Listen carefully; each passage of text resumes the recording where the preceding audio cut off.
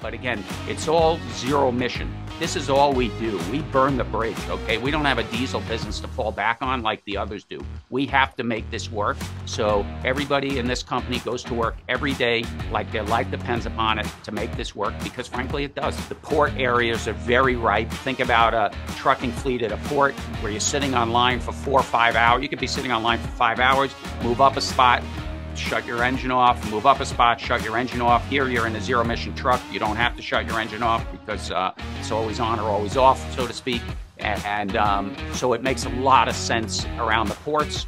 We find fleets that are interested in zero emission, frankly, around the ports. I would argue the total cost of ownership of this truck around a port after incentives could rival diesel. Are there hydrogen breakthroughs that will also occur, and what could those look like? I think you're going to see breakthroughs. I think our next gen fuel cell power module that we're going to source is going to be half the cost and more power than the one we have now.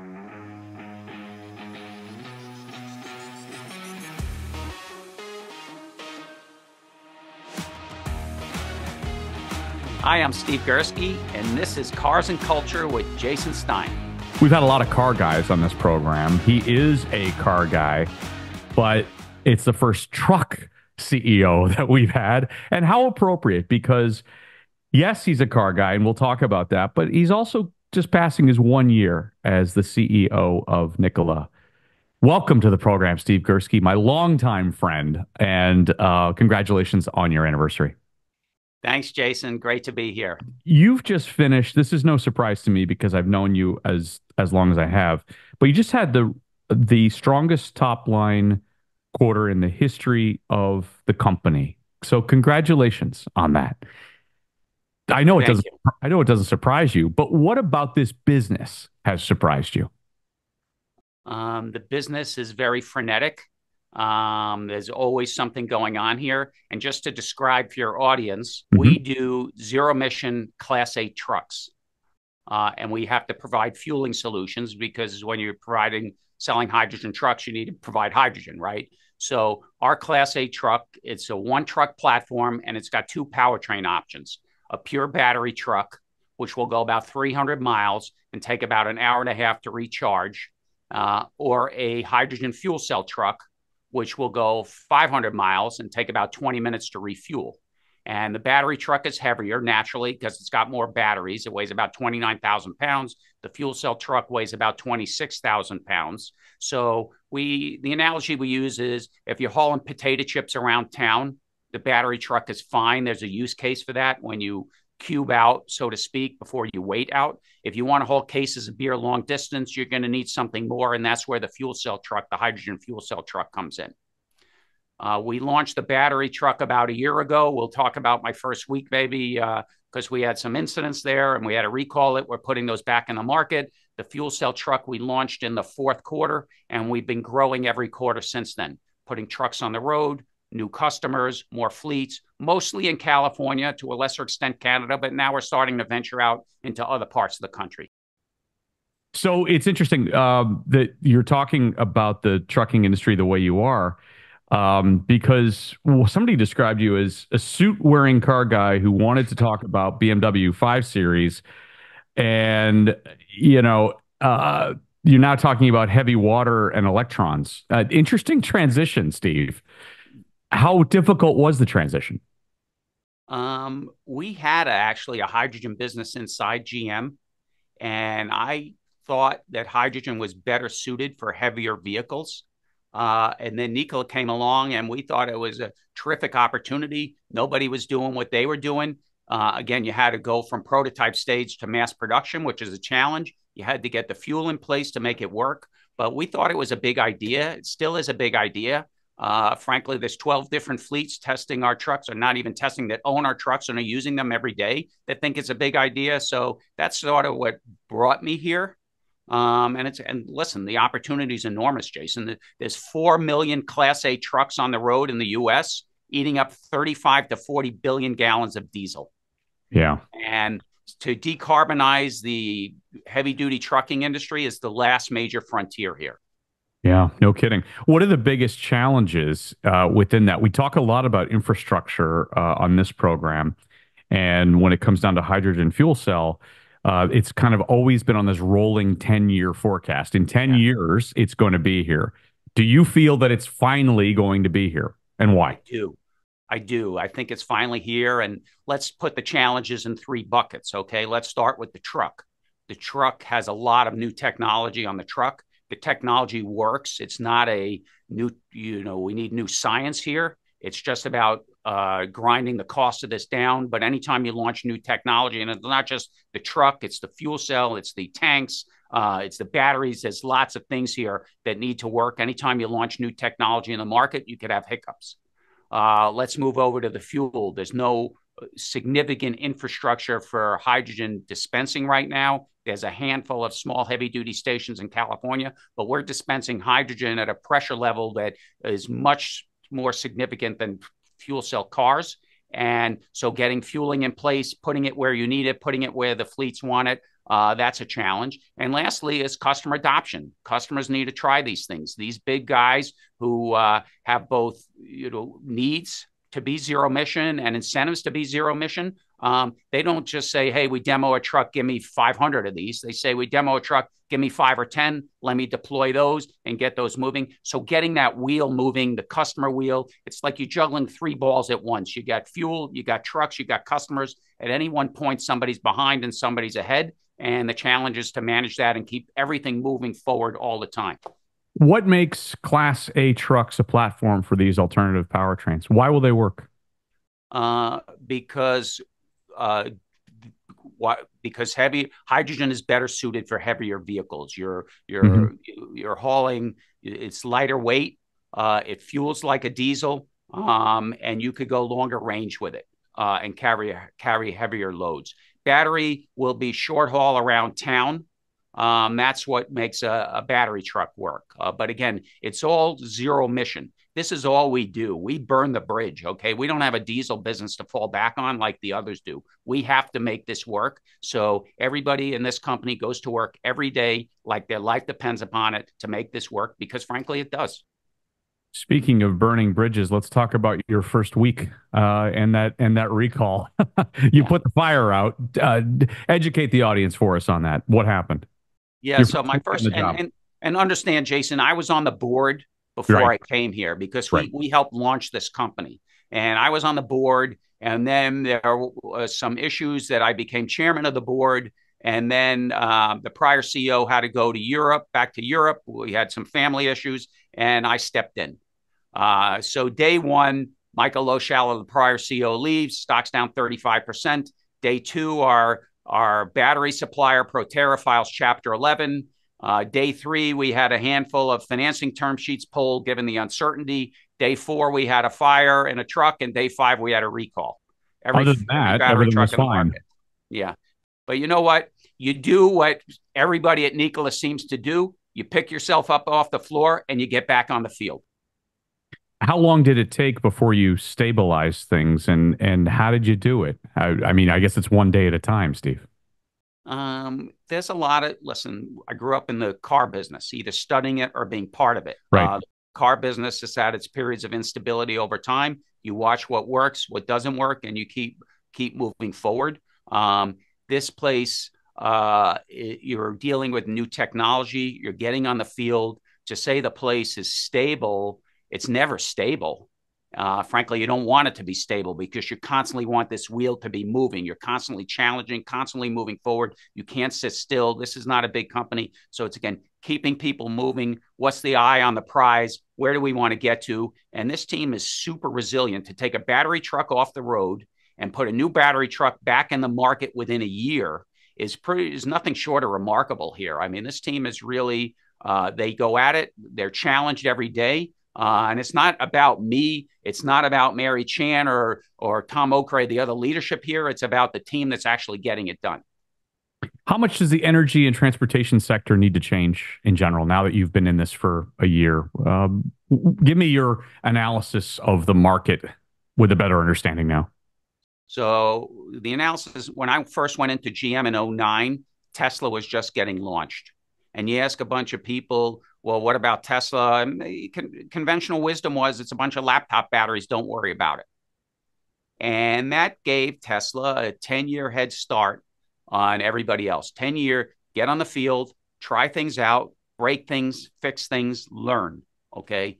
That's our MO here. Get on the field, try things out, see what works, doesn't work, and learn and move on. Okay. And that's on the field, learn, change, win.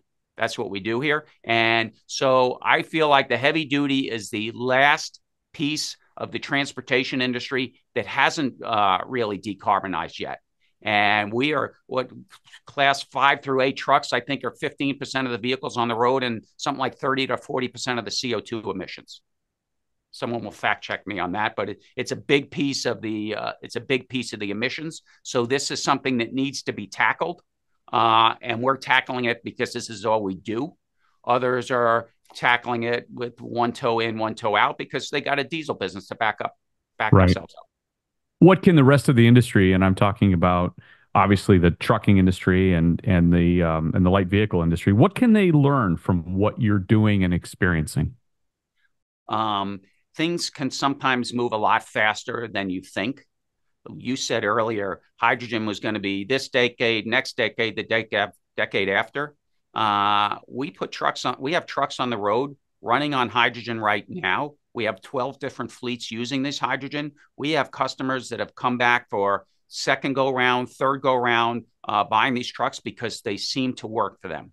And that's what's grabbing. And sometimes things sneak up on you. Listen, Tesla was the best-selling luxury car in California before Mercedes and BMW even knew who they were. Right, right. The other thing, Jason, though, is the EV car business. The car business is very emotional. It's an emotional buy. Yeah, you want performance, and yes, you want specs and all this stuff, but it's an emotional decision. The truck business, far less emotional. Okay, it's dollars and cents. These trucks need to be on the road. They need to be running. They need to be hauling freight, and that's what they care about. And yeah, there are a lot of companies have aspirational goals to go to ESG goals, go to zero emission, what have you, and that's going to take time. But these guys got to make money also. They got to stay in business. So we are mindful of where the cost of our product is now and where it needs to get to. You mentioned Canada earlier, Steve. Is the Nikola experiment transferable to other countries beyond just the North American region? I guess I'm saying. And what do you anticipate the reception being in places like Europe or in Asia? We're focused. We got to live within our means. We're focused almost entirely on North America right now.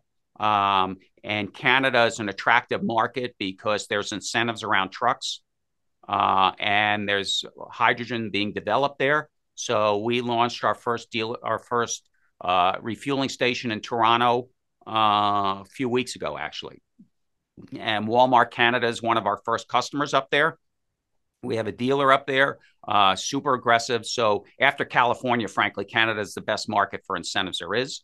Although there is this FOMO going on around other states where they want to get in the hydrogen game. Nobody wants to be missing out on something. So we're seeing other states start to launch incentives. Because the cost of the truck is so high, we need to look for states where there are incentives, where there's easy access to hydrogen, or where there's regulations that are pushing fleets to go to zero emission. Easy access to hydrogen also comes in the form of a modular fueling station. You've just got one now in Santa Fe Springs. That's your third in Southern California alone, correct? Um, Yeah. how is that changing things? How will it change the market's approach to what you're doing? Right. So the traditional fueling station is in the ground, big tanks. You pull up and you refuel and you move on. And to do that for our hydrogen station, it would take you several years and a bunch of money. So what we have, these modular fuelers are cheaper, certainly not as efficient, but we could put them in place. It's a quicker solution. We can get in the market. They'll fuel 20, 30 trucks a day, and you can build density. And when you build enough density, then you justify a more significant station, which will do triple, quadruple the number of trucks per day. Will cost you more, will be more efficient, but the risk factor of I've already put a fleet of trucks in here goes down pretty substantially. So we're launching with modular fuelers in these different locations, build density, and follow up with something more significant. And And you I could really do it anywhere. The beauty of a modular fueler is you could put it behind the fence. If you got a big fleet that wants to do their own fueling, you can move it to different states to try things out. And if it doesn't work, you just pick it up and move it somewhere else. Yeah, amazing. 72 hydrogen fuel cell electric vehicles in Q2. Is that right? That's what we'll wholesale to our dealers, and then it gets retailed as the fleets put them into service. Explain to our audience a little bit about the dealer network for this. But everybody's obviously familiar with the light vehicle dealer market. What does the dealer market look like here? It's much smaller. For us, it's much smaller. We have 2 in California, which is the bulk of our market, and we have a handful in the rest of the country. And so to that extent, there's fewer of them. They require, you need to do a lot of service, and they're building right now. We're doing a lot of the service on the truck, but they will eventually take on more of that. And in other ways, it's similar. You wholesale a truck to a dealer, the dealer retails it to a customer. And I would bookend the customers here. The small customers, small fleets, call it 20 trucks or less, they get a lot of incentive money, actually more than the big guys. And the dealers go after those. And then there's the bigger fleets, the name, the logo, so to speak. Walmart Canada is an example of one. There's others out there. JB Hunt has taken a few trucks in the past. Those guys are bigger fleets, and we spend time with those guys and supplement the dealers in a lot of this stuff. Because you're selling new technology to the market, Jason, it's not just like selling a diesel because everybody knows what it is. You Right. really need to educate the customer here. That was going to be my next question. How much educating are you doing on a regular basis? We're doing a lot of educating. We're doing a lot of demos where come to a demo. It typically leads with find a customers that are interested in zero emission. The port areas are very ripe. Think about a trucking fleet at a port where you're sitting online for 4 or 5 hours. You could be sitting online for 5 hours, move up a spot, shut your engine off, move up a spot, shut your engine off. Here you're in a zero emission truck. You don't have to shut your engine off because it's always on or always off, so to speak. And so it makes a lot of sense around the ports. We find fleets that are interested in zero emission, frankly, around the ports. I would argue the total cost of ownership of this truck around a port after incentives could rival diesel. All right. Which is the holy grail, obviously. The holy grail. That's what we're shooting for. You've created alternative revenue streams too, Steve. Your initial sale of regulatory credits, something that we know well from our car days, which I'm going to talk to you about in a second. But tell me a little bit about that. So we sold our first credits in the last quarter, and we generate credits. There's 2 types of credits we generate. One is about PM and particulate matter and NOx. The other's on the truck. Comes to about, I don't know, 40, 50,000 a truck in that zip code, depending on the value of the credits over time. We generate these things. It's a funny story. Someone reached out and said, we want to buy your credits. And I wasn't even sure we were generating credits at the time. And I'm like, well, tell them we'll sell them credits in the second half. And then they reached back out and said, we know you're not sure you have credits, but we know for a fact you do have credits and we want to buy them. So this is a lot like the light duty business where in order to sell a diesel truck, you need to buy some credits to offset that. And that percentage is going to continue to increase. You're talking to a guy who bought a lot of credits from Tesla over the years. And sometimes you swallow hard and do it. And sometimes it makes economic sense to do it. All right. We've talked trucks, but I do want you to put your former hat on for a second, if you will. And just give me your analysis of the car market now in the United States. And you sort of directly referenced it, but selling of credits.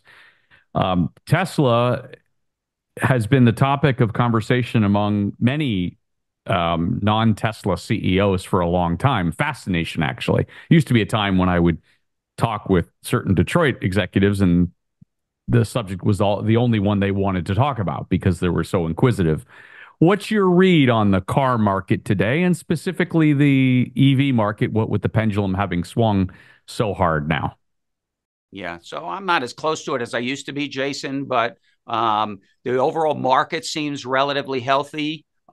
There is this EV move where everybody's running towards EVs. Everybody had to have an EV. Now the EV market looks a little bit oversupplied, to be honest with you. And some people would say more than a little bit oversupplied right now. And again, there's this emotional decision that people make to buy an EV. And then there's the practicality of how do I charge it? Do I charge it at home? Is this charging network work for me? Does it not? How does it work? So then you're seeing hybrids come in, become more popular. Plug-in hybrids become more popular. We had one of the first plug-in hybrids back in the day, the Chevrolet Volt. Yeah, you did.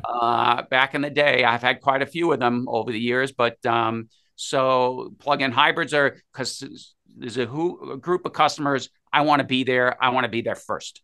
Yeah. Okay. And I love the user experience around an EV. It's quiet, it's quick, lots of software in the car, particularly these Teslas. I mean, it's pretty remarkable. And then there's the group that is going to start to dip their toe in more slowly. Okay. In my opinion, this is in my opinion. Yeah, So sure. I think you've Sure. seen the early wave.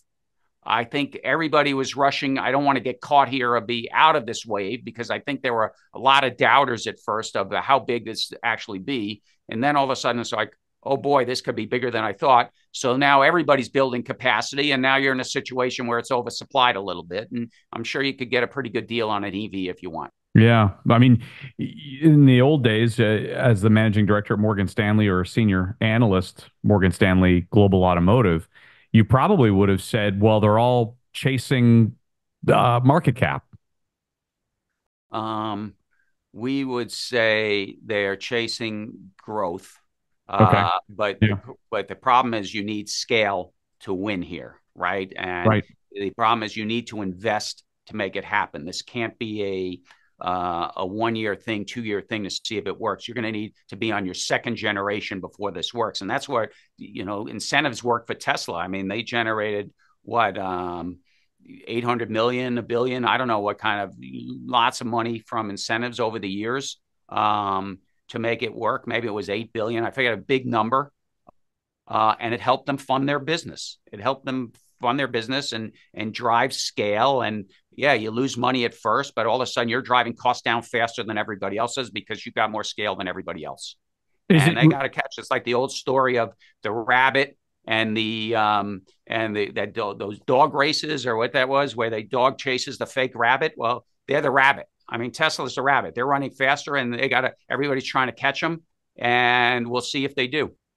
is it really impossible or it not impossible? Is it very hard work if your Tesla selling credits to the industry and your cost per worker is at a incredibly lower level than the traditional automakers for the traditional automakers to catch the rabbit?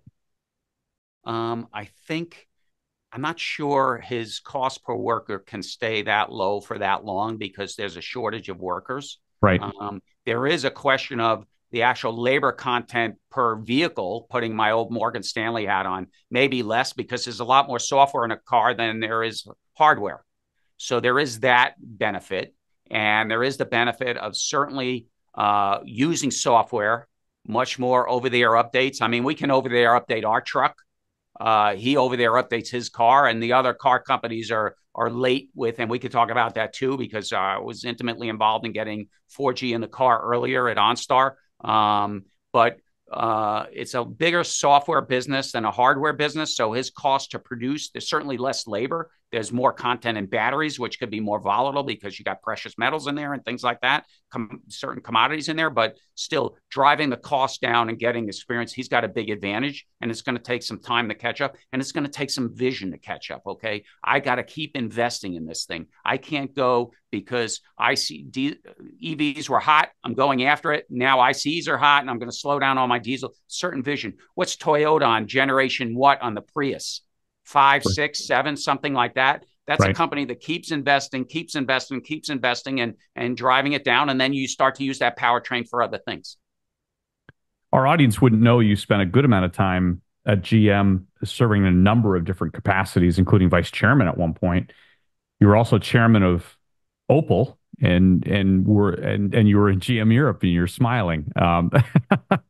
Tell me a little bit about your experience going from Wall Street to inside the boardroom at a car company. And I'm guessing you didn't grow up going to UCLA studying math, thinking that you were going to end up there, but maybe you did. No, I was always interested in cars. You grew up in Southern California, you're interested in cars. I was always interested in the markets. I got a job on Wall Street as the assistant to the auto analyst. At first, it was a company called Payne Weber. Then I became the auto analyst, moved over to Morgan Stanley for a number of years. And then I wanted to do something else. You're analyst 20 years. I wanted to do something else. Happened to be I actually did two stints inside GM, Jason. The That's first right. one, I signed, they called me special advisor to the CEO and CFO. Signed up for 2 years. It lasted 10 months. And listen, it's like you're a little rowboat. You row up to a super tank. You kick it a few times. It doesn't move, and you row home. Right. And it was hard. It's hard. You can't be effective when you're not effective in a job. It's really, it takes a little hit on your ego a little bit, and didn't work, but came back. But you learn what works in a big company and what doesn't work in a big company. And I spent time with probably 500-600 people back then. And it was never an idea generation problem at GM. There's usually smart people at GM. It was always an idea flow problem. If I got to jump through this hoop, this hoop, this hoop, and this hoop to get something done, am I going to do that? How hard do you make it? So it's an idea flow problem. And they worked their way through it. It took some time, but you work your way through it. Come the fall of '08, I was involved with private equity. Got a call from the head of the UAW, who I had a relationship with back in my Wall Street days. Even though I was Wall Street and he was labor, we had Ron Gettelfinger. We had a relationship. Called me up. He said, "I need your help." He says, "What's that?" He says, "GM and Chrysler want to merge. They've been studying it for months. They want us to endorse the merger and agree to these changes in the contract. And by the way, they gave us only a handful of days to think about it. Will you come in as an advisor to us? Won't take a lot of your time. We'll pay you." I said, "You didn't pay me. We'll call it a favor between friends." Go under the tent, quickly realize it wasn't about GM and Chrysler merging. It was about GM is going to run out of money. Mm. That set off this whole wave of things got super complicated. As you know, back in the day, I was an advisor to the union during the bankruptcy, and I told people I had a great seat at a bad movie. Yeah. GM goes bankrupt. The union gets a percentage of the stock in a trust for retiree health care. They get the right to nominate one person to the board of directors, subject to government approval. And Ron Gettelfinger called me up and he said, "Hey, I need to put someone on the GM board. I don't want to be a union guy, and I don't want to be a retired union guy, because the healthcare benefits of 500,000 people are dependent upon the performance of the stock." He says, "Will you do it?" And I was flattered. And that's how I joined the GM board. And the chairman was this guy named Ed Whitaker. Ed, I just saw Ed recently, big old guy from South Texas. And Ed calls me up. Ed had rebuilt AT&T. And Ed calls me up and he says, and it's not some assistant to Ed and not Ed's admin or whatever. Ed Whitaker calls me up, and I knew who he was. Of course, he probably didn't know who I was. And we spent about 10 minutes on the phone because he and I were the first two named to the board afterwards. And Ed, I joked, between his Texas, he was from South Texas, between his Texas and my New York, I couldn't understand a word this guy was saying. And I went to see him, and we spent some time together, and Ed became chairman. And then Ed took over as acting CEO, and he asked and I offered. I said, "I'll support you full time as long as you need me." And that's how I became vice chairman in charge of corporate strategy, business development. Then Ed moved out and Dan Ackerson took over, and Ackerson asked me to stay. And I had a number of different roles in the company. It was a super experience. It was an amazing time. GM coming out of bankruptcy, taking something that's not that stable and all of a sudden making it more stable, and just being part of a team that really wants to win. It says a lot. It's very similar to the team at Nikola. We're going to do what we got to do to make this happen and get it done. And then Opal was another piece of that. There's a million GM stories, great stories of things that happen, things that we're going to get done in the face of adversity and things like that. It's a great book, isn't it? Could be. If I had the patience to write it, it would be a good book. It's a little question, but a big answer. In all of that, the GM bankruptcy that you just described, what are a few things that you learned about it, about the process? Uh, the bankruptcy process. I think my lesson was don't underestimate these risks that are out there. Number one, And number two, always keep moving, keep moving. Don't sit still. Try and keep the organization moving, trying to, even though there's a, keep the vision out there. This is what we're aiming for. You can't eat the elephant in one bite. You got to eat it in pieces, but let's start eating it in pieces, just understanding where we're going to get to and keep everybody moving and be out there, be active, be in the front, so to speak. I mean, Whitaker was as comfortable with the guy on the line as he was with the president of the United States. And there's something about a person like that. Ackerson, the same way. Keep things moving, challenge people. Don't be afraid to be challenged in the morning and the afternoon. Things change. Don't wear it. Just get at it and finish it. What's your view of startups that are currently in the industry? We talked a lot about Tesla, but what do you think of some of the others and maybe the challenges that they have? I'm talking about the VinFasts and the Lucids and the Rivians. It's a hard work to do what they're doing, correct? It's really hard work, and we're going through some of the same challenges, right? Yeah. You can Yeah. to take something from a design to a prototype to mass production. I mean, Musk said it back in the day, manufacturing hell. Getting something from prototype to mass production is no easy feat. Getting it distributed, getting it commercialized, not easy. These are super challenging times. And a lot of these companies, we all raised capital when the ESG money was much more active. The risk profile of investors is cut way back. So the access to this capital is a lot tougher. And depending on where you are in the launch curve, your ability to get it or your ability to get on the side is really a function of where am I, how much more money do I need to get there, and where can I get that money? Will the public get it to me? Will private money get it to me? Will strategics get it to me? And you've seen some activity around strategics with Rivian, so to speak. This is on Business Channel 132, and there are a lot of entrepreneurs who listen to it. What is your advice for entrepreneurs who are out there? You know, they all have great ideas, then they all think that they can solve a problem. A lot of times they don't think that they need the advice from the non-traditionals, or sorry, from traditional companies. What's your advice to entrepreneurs? Um, don't take anything for granted, but burn the bridge. Don't stop. These people, the worst thing that can happen, in my opinion, is you start to get risk averse and you start to slow everything down. And we have that. So just keep going and make sure you have your use case is still valid. And that's really, I mean, I'm still involved with some entrepreneurs. I'm still involved with startup companies, less around mobility, more around data analytics and things like that. But just keep going, keep pushing the use case. Don't stop. But don't underestimate the need for capital either, because you'll always need more capital. What's your experience been like with Clarios, a leader in battery manufacturing? Let's talk a little bit about batteries. Yeah, so Claros is lead acid batteries, right? Old school. I'm involved with Brookfield, big private equity company. They bought Clarios. They took it. They bought it from Johnson Controls. These guys are doing exceptionally well. They're the largest battery company around the world. Lead acid battery company, low voltage, so to speak. They've gone through a internal restructuring. I wouldn't even call it a restructuring. I call it process improvement. Really grinding and improving the results all around the world, and it's starting to pay dividends for them. And where's the frontier? Where's the next frontier on battery technology, Steve?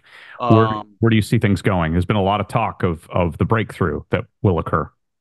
And I'm sure there will be a breakthrough. And I think there's incremental breakthroughs going all the time. I'm sure there will be a breakthrough, whether it's late decade or next decade. It's hard to know, but it's one thing is getting the breakthrough and then it's deploying it into the market, getting the technical breakthrough and then deploying it in the market. When we first looked at Nikola, it was about what's my technical risk versus what's my engineering risk. The technical risk is, does new science need to be invented to make this work? And the engineering risk is just time and money. Put a prototype out, run it, break it, fix it, and learn and move on, kind of thing. Same thing in batteries.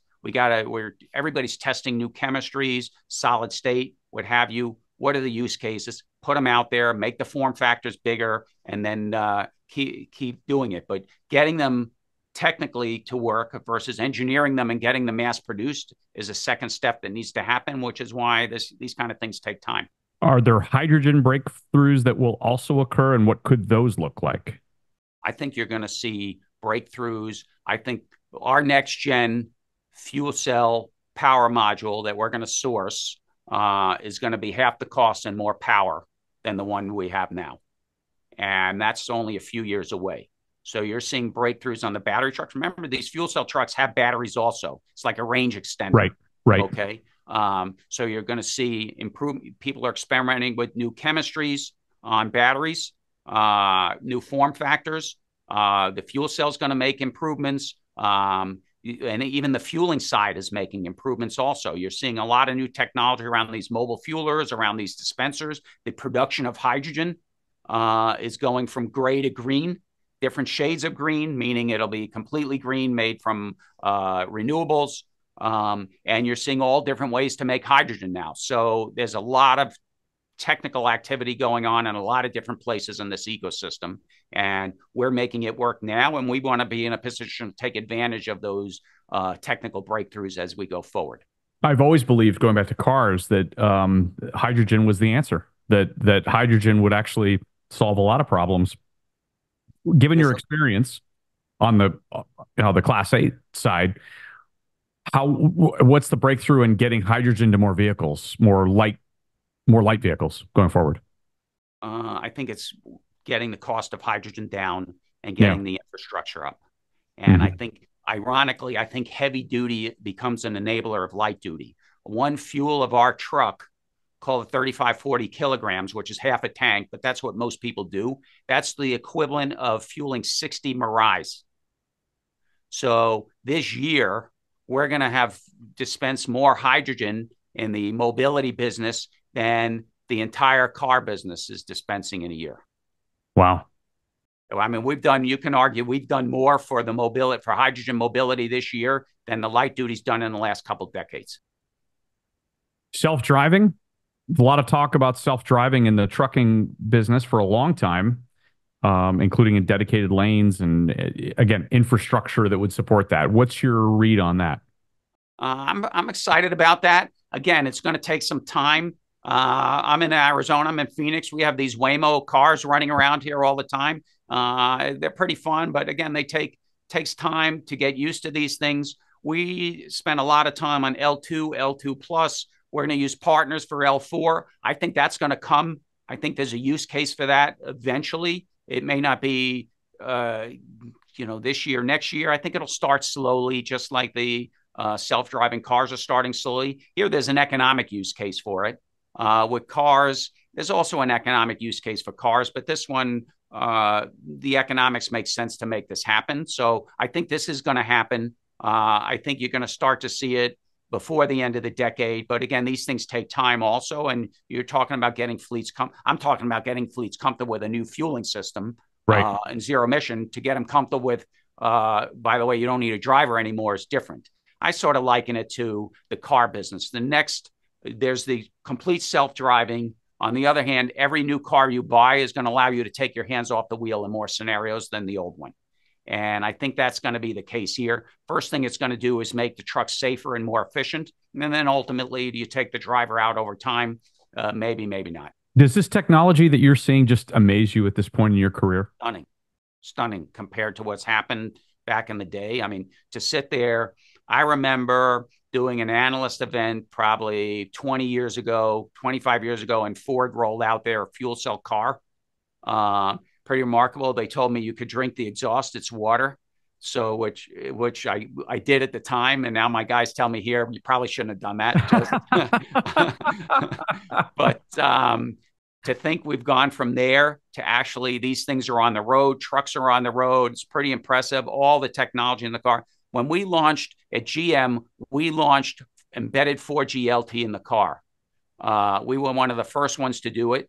And we didn't know, this was before the over-the-air updates. We didn't know, we thought the first oh wow feature of 4G embedded in the car is you listen to a book on tape, push a button, it goes into your library. We had no idea the power of data at the time. That's true. And I would argue we still don't know the power of data, but we're learning a lot more when you get these other things, self-driving and what have you on the road. Well, and you mentioned it briefly a moment ago, but over-the-air updates, how will that change the trucking industry? How is it changing the trucking industry?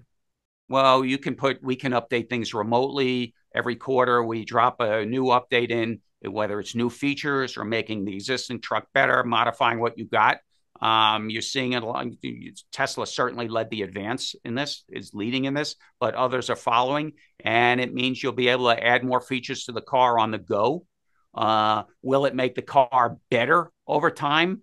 Not quite sure. It will certainly add more features, and maybe it won't degrade as fast as these things typically do, but getting more features, getting repairs done remotely, being able to reflash ECUs, what have you, I think it's all for the good. So I know that you're a guy who, through the years, has had some interesting phrases, and I think probably a pretty good idea to close out the show with a few of them, just so that I can get your take on exactly perhaps where they came from. One of the best ones that I just heard yesterday was we don't chew on yesterday's breakfast. That's pretty funny self-explanatory. because we use that here, and the message is don't worry about what's already happened, learn from it and move on. But actually, where I heard that phrase first? Jim Leyland, I think, was a manager of the Tigers years ago. And I remember seeing it at a press conference, and I don't know, it had to be 20, 25 years ago. He said something like this, and for some reason, it stuck with me. All right, that's one of them. How about everyone has a plan until they get punched in the mouth? Yeah, that's a Mike Tyson quote, a famous Mike Tyson quote, and it really is. There's the locker room and the field, and you could say whatever you want in the locker room and do all these little things and calculations and what have you. But once you get on the field, everything changes. And we had a plan to fix Opel. Okay, once you get on the field, and there's a lot of dynamics with unions and customers and what have you, everything changes. So just be ready. What you have in the locker room versus what goes on the field are usually two different things. This quote's unknown, but we'll attribute it to you. We will find a way, or we will make one. It's actually not unknown. It's Hannibal. It's an old Latin phrase of, I'm going to cross the Alps with elephants. And his generals told him, we can't do that. And he said, we'll find a way or we'll make one. But that's really what we go to work doing every day. Okay. It's not always entirely clear the path. So sometimes we have to create our own path. This one inspired by, of course, the great movie Moneyball. If we play like Freightliner in here, we're going to lose to Freightliner out there. Yeah, you're really finding all these, Jason. So Moneyball is a famous movie. You got the new GM talking to his old scouts, and his old scouts are telling him why, well, this guy's great because he's good looking, but can he hit a curve? And this guy's got a beautiful arm, but can he throw a fastball? All that stuff. And he's trying to describe the problem here. The problem is there's rich teams, there's not so rich teams, there's a pile of whatever, and then there's us. And his quote was, if you play like the Yankees, if we act like the Yankees in here, we will lose to the Yankees out there. We cannot play like Freightliner. We can't be Freightliner. We will never beat Freightliner at their own game. Our game is zero mission, and we got to play our game. Final one, Steve Girsky. Every day is an amazing day at Nikola. This is an amazing team here, Jason. It really is an amazing team. They go to bat every day like their life depends upon it, and they're thrown challenges every day. I mean, we described my first week. There have been so many weeks like that, but the team picks themselves up off the floor, pick us up off the floor, get on the field, and get the job done. It's a pretty remarkable group here.